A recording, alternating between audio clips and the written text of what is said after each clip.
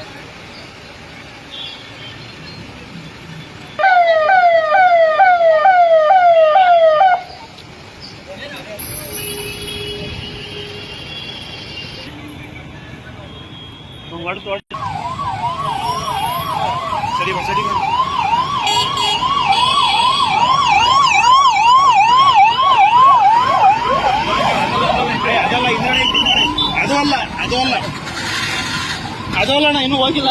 ಇನ್ನೂ 2 ಆಂಬುಲೆನ್ಸ್ ಅವೆ. ಇದಲ್ಲ ಹಿಂದ್ಗಡೆ